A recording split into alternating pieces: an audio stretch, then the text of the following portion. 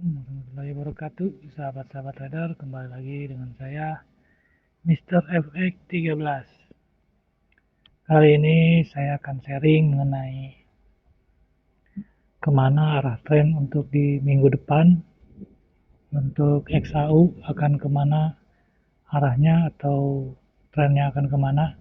Saya akan mencoba menganalisakan untuk minggu depan.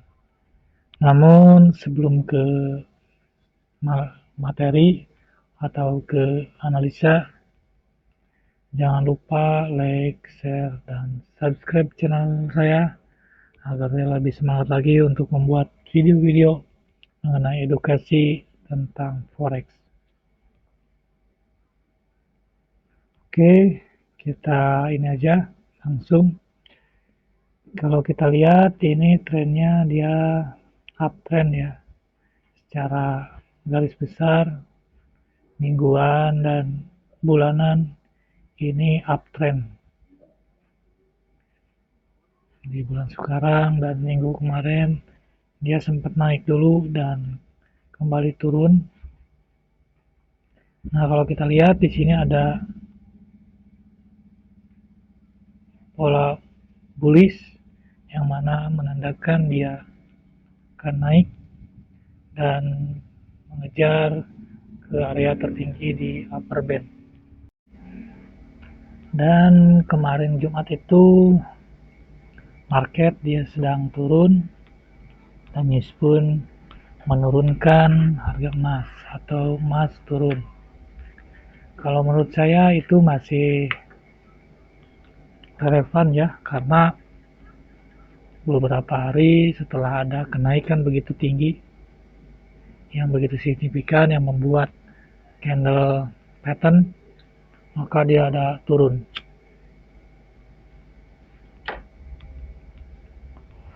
Kalau menurut saya masih wajar, karena itu bisa saja hanya koreksi.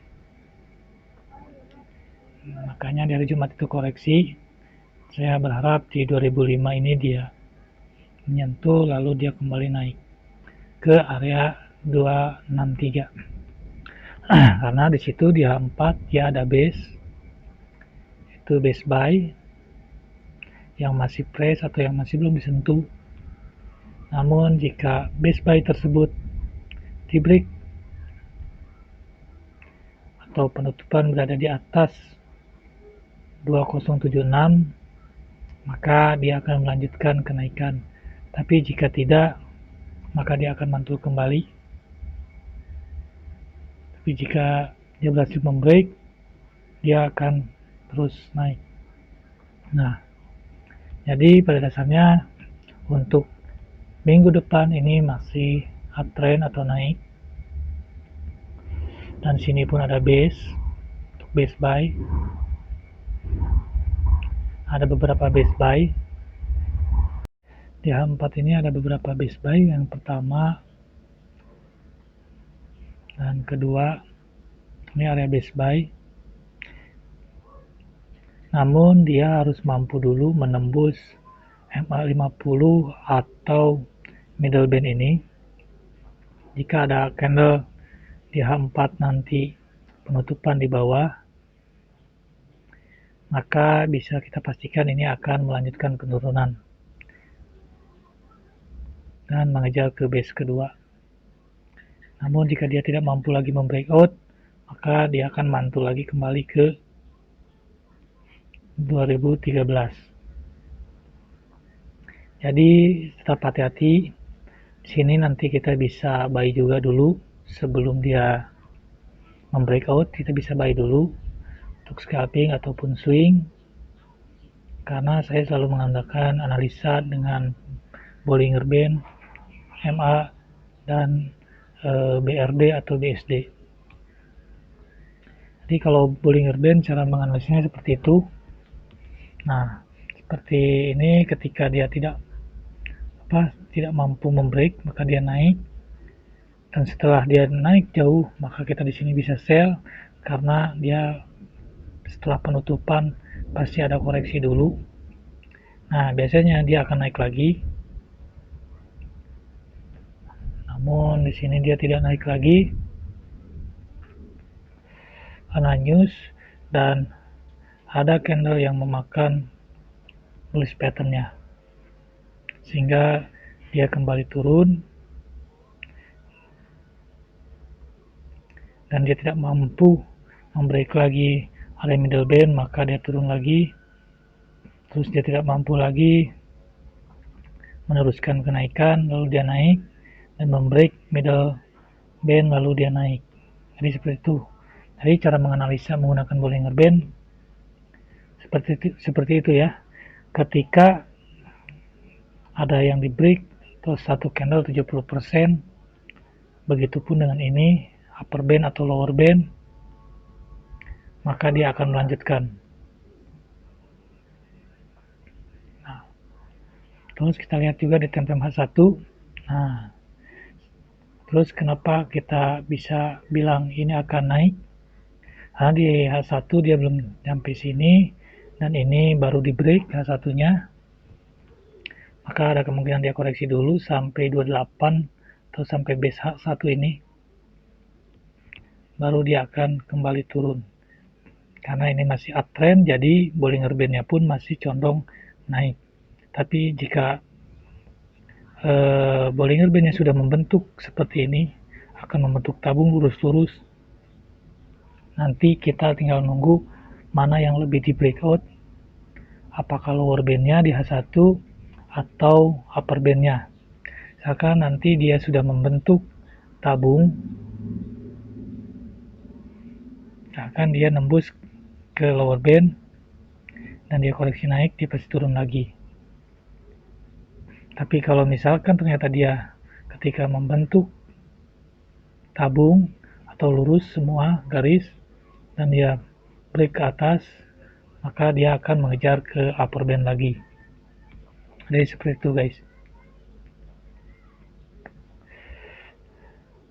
Nah ini pernah cuman tidak ada koreksi dulu dia langsung naik karena news juga. Biasanya saya nggak langsung entry sell juga sih, karena saya nunggu kekuatan pipsnya, perkiraan naiknya. Ini untuk area base buy H1. Nah, perkiraan saya ini dia koreksi turun dulu, baru dia naik lagi, karena kemarin ada beberapa hari yang lalu dia tidak ada koreksi, malah dia langsung terus naik sampai ke 2100 lebih. Di M30 dia sudah turun jauh, terus saya buy di sini, hanya dia naik.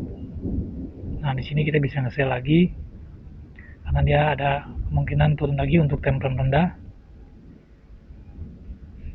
M15 pun sama, ini bisa jadi base atau ini menjadi resisten, support yang menjadi resisten.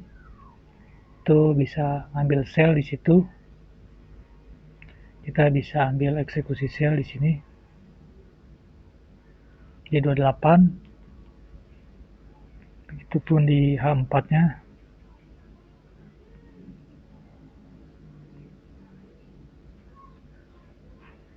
Di 28 ini ada base.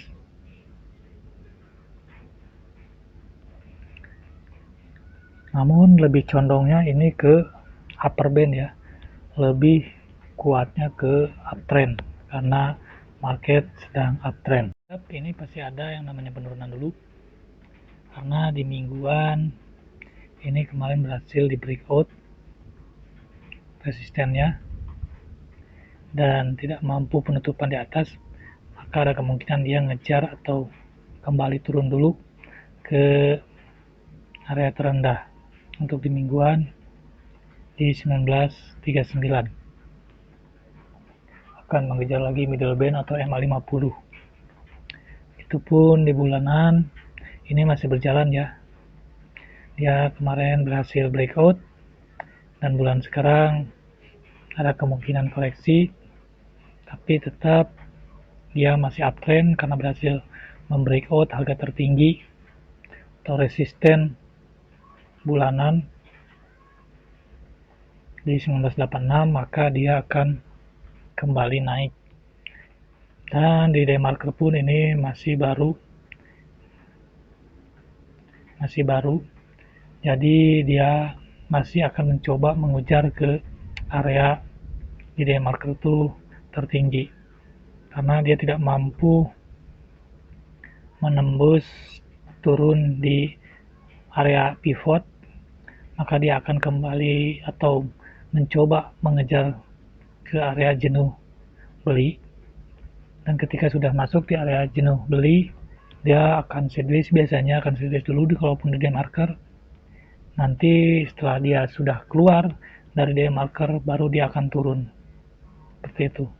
Seperti yang sebelumnya ini, dia menyentuh ke area jenuh beli dan sudah tidak mampu melanjutkan kenaikan, maka dia kembali turun. Namun kalau pivot itu sudah ditembus, maka dia bisa melanjutkan terus penurunan. Di sini ada base sell, ini ada base price, dan di H4 pun ada yang base buy. Di day marker dia sudah jenuh di area, walaupun belum menyentuh, dia kembali turun, dan news pun ternyata negatif buat emas, makanya dia turun. Maka ada kemungkinan di A4 ini dia akan mengejar pivot di day marker. Namun jika dia mampu menembus, maka dia akan ke area, ngejar ke area jenuh jual. Begitu terus sebaliknya. Di H1 dia sudah berhasil nembus, maka dia akan mengejar ke area jenuh jual. Setelah masuk ke jenuh jual, maka dia akan kembali naik area pivot. Namun jika pivot ditembus lagi atau di breakout lagi, maka dia akan mengejar ke area jenuh beli. Nah, di M30 dia sudah hampir mendekati area buy, makanya dia naik dulu. Di M15 juga sudah kemarin keluar dari jenuh beli, makanya dia naik lagi. Maka dari itu ada kemungkinan ini secara teknikal dia akan naik dulu ke atas, baru dia turun. Karena di sini ada bearish pattern dan belum berhasil menyentuh ke area terendah, maka dia akan koreksi ke atas. Dan jika ditarik Fibonacci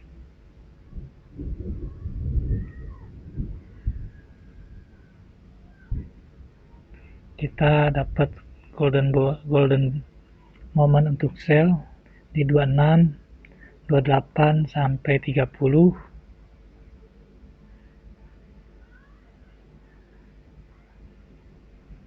Pas di area sini ya. Ini area golden moment dan base juga di M15. Jadi kita bisa nge-sell nanti setelah memasuki golden moment. Dan di H4 pun jika kita tarik Fibonacci di bearish pattern to follow the trendnya,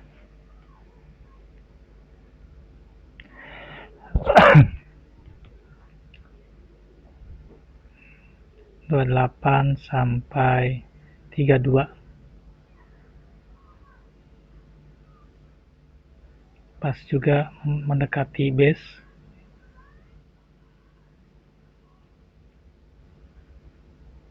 Hampir sama ya.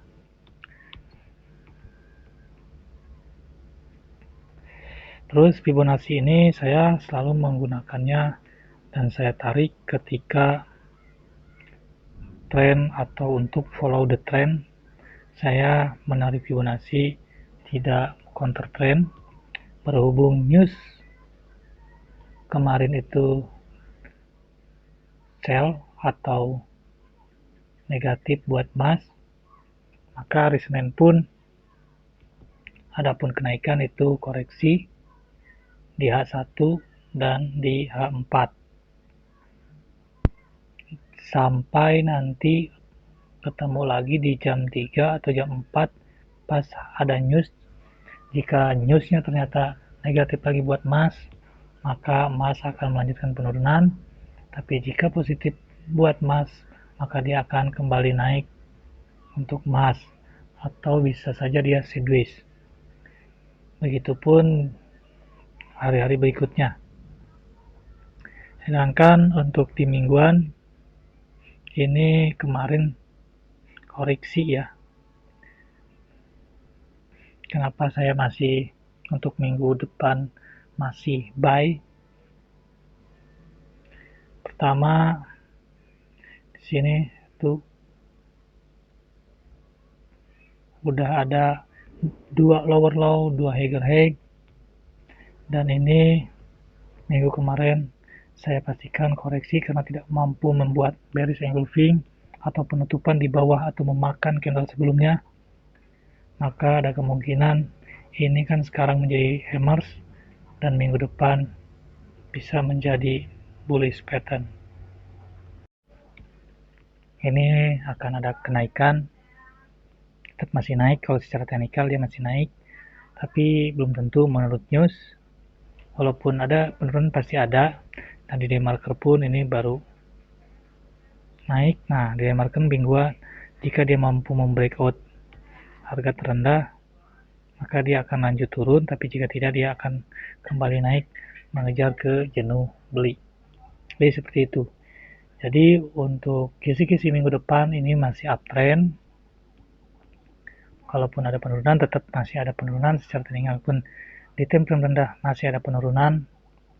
Jadi kalau misalkan mau sell, saya sarankan jangan terlalu jauh untuk take profitnya, atau ya kalau untuk jadi untuk di minggu depan kalau saya sarankan untuk sell jangan terlalu jauh untuk take profitnya, ambil beberapa pips, dan SL juga jangan terlalu besar karena tren masih kuat naik.